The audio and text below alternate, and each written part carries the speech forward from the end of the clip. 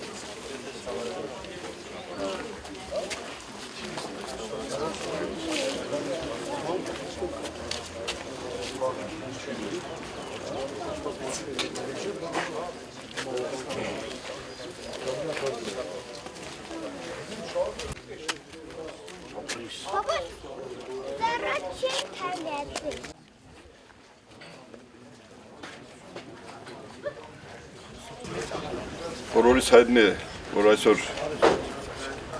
մեր շրջանում երկրորդ համաշխարհային պատերազմի մասնակիցներ չունենք,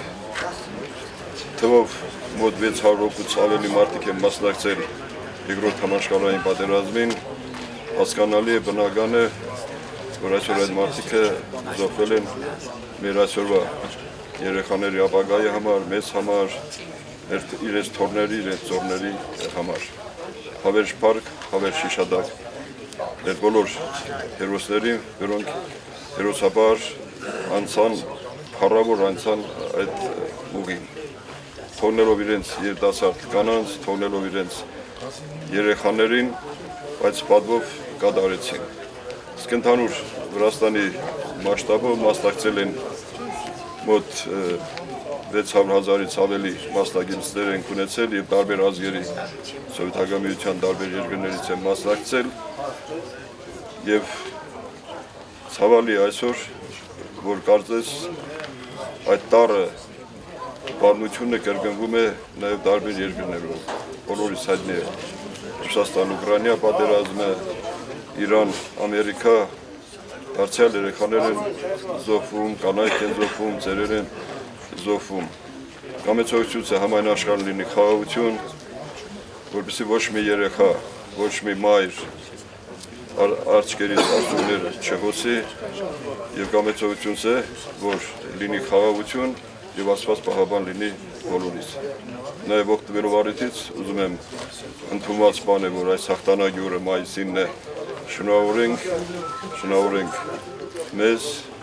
եւ հիշենք մեր նախնիներին, որոնք մասնակցել են այդ պատերազմին։